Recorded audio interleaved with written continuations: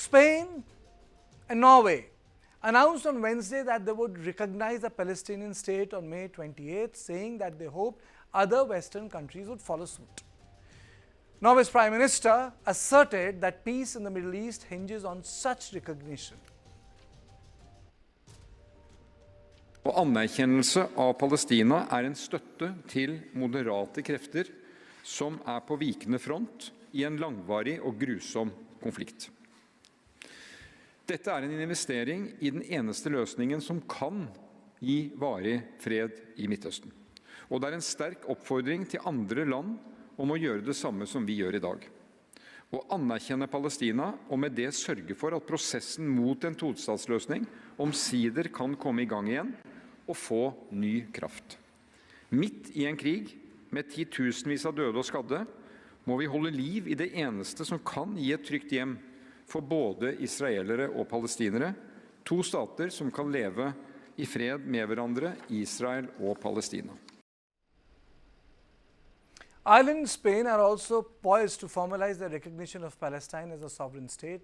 This move aligns with the stand of several European Union nations which advocate for a two-state solution is vital for regional stability.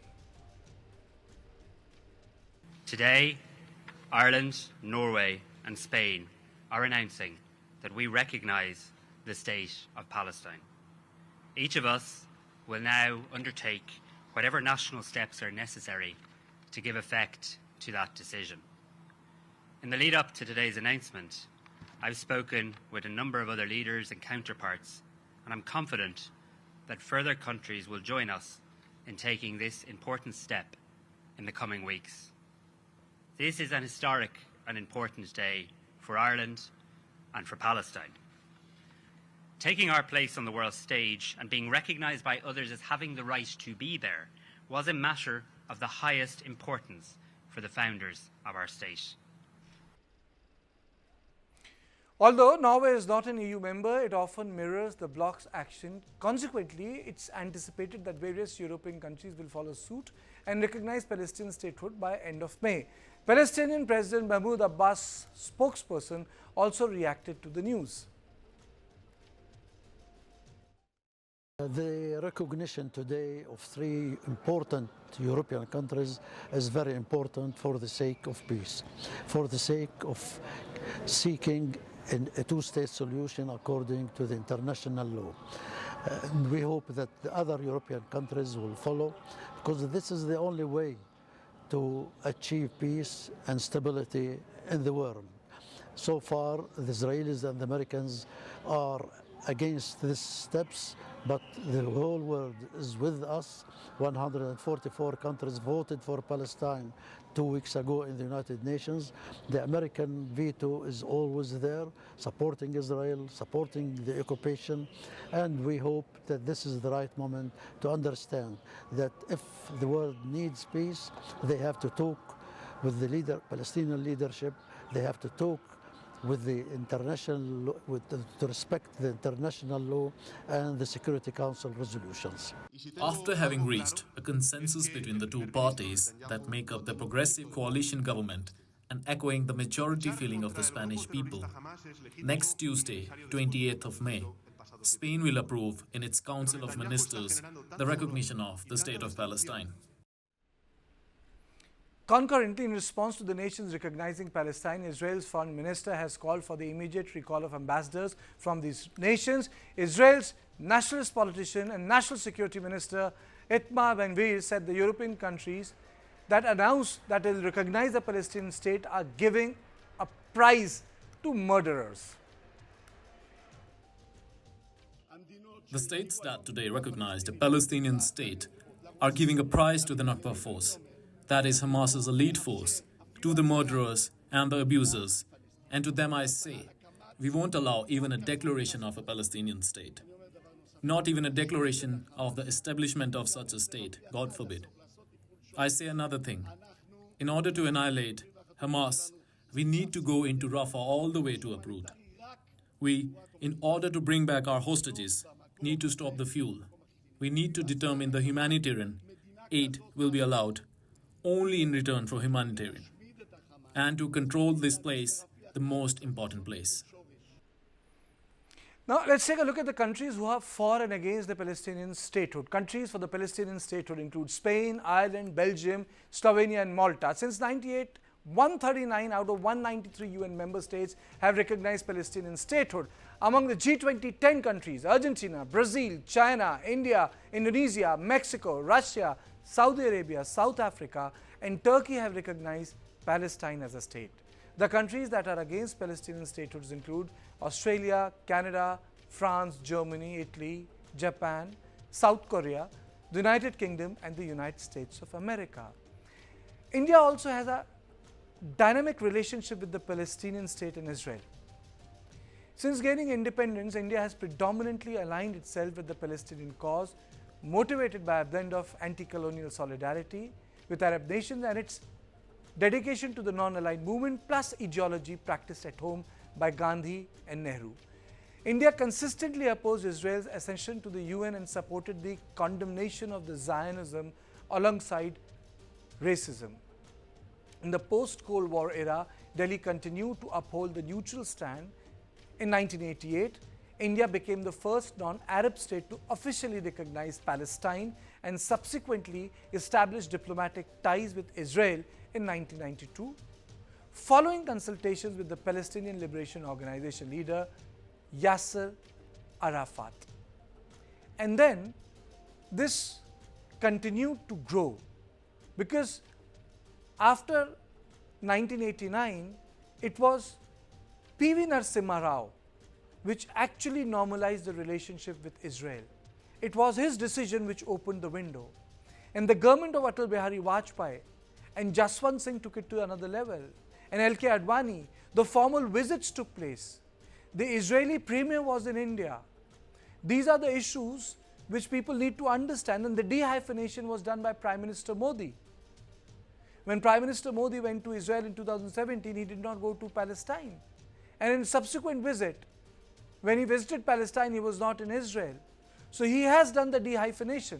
And it is very, very important that India and the people associated with India must acknowledge that it's an independent position. But right now, we'll focus on what is happening. And I'm joined by Irina Sukuman, a geopolitical analyst, who joins me live from New York. Thank you so much for joining me. My question to you is that this acknowledgement, this recognition, does it change really anything in terms of bringing pressure on Israel? Well, thank you so much for this opportunity. I'm glad to be here as always. As you pointed out, this recognition is entirely symbolic. Back in the day when the United Nations voted for partition, a number of Arab states actually were against the creation of a Palestinian state. It's quite ironic that these days they're claiming that they won't recognize Israel unless a state of Palestine exists, considering that they were against such a structure to begin with, and considering that they've also did not support any of the proposed state plans that Israel has tried to work out with the Palestinians over the years. Now, as you've pointed out earlier, 139 states recognize some version of a Palestinian state. In addition of a few more does not really make a fundamental difference diplomatically, particularly because their recognition brings Palestinians no closer to independence and self-governance than their failure to do so. More importantly than this symbolic recognition, which, by the way, does not conflict with these diplomatic relations with Israel in general, a recognition of a new state, in theory, should have absolutely nothing to do with the recognition of a different state. In this case, however, the message is clearly not about supporting Palestinians. It's not about supporting some sort of an independent practical viability. It's certainly not about supporting a sovereignty. It's all about sending a political message to Israel, and I think that message is not being taken very well, to put it mildly. Why? Because Israel views it not just a reward for Hamas, but actually the ignoring of Israel's own sovereignty issues. After all, Israel and Palestinians have been engaged in a protracted territorial dispute, and it is not up to other countries to make recognition of Madam, states in a unilateral manner when the borders have not been settled. Madam, the most important issue is that if you analyze last 10 years, Israel was trying to normalize its own place in West Asia without acknowledging the issue of a separate homeland, separate state. So now with the terror attack and the war that has taken place in Gaza, which has consumed thousands of lives, do you think that the people in the West Europe acknowledges the fact that you need to have a political solution in context of Palestinian statehood for stability in Israel, Palestine and entire West Asia? It cannot bypass the demand of a state. I think this is a statement that even Israel would agree with. Unfortunately, what the European countries doing right now is something entirely different. Throughout the entire decade of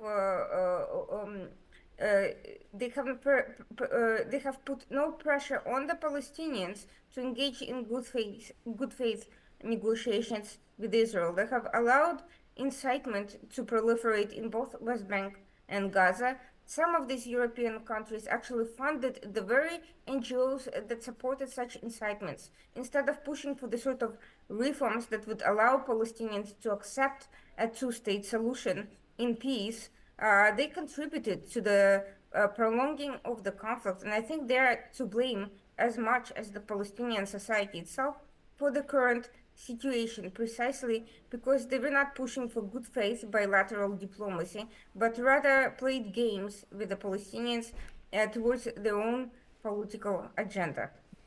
My last question to you before I let go of you, does it change anything on the ground? Because Israelis, as the message is, it doesn't make a difference when it comes to international pressure. They have exactly done what they wanted to do in Gaza. They have continued the operations. So this acknowledgement, this recognition, does it make any difference when it comes to the operations, the real issues in Israel, West Bank and Gaza?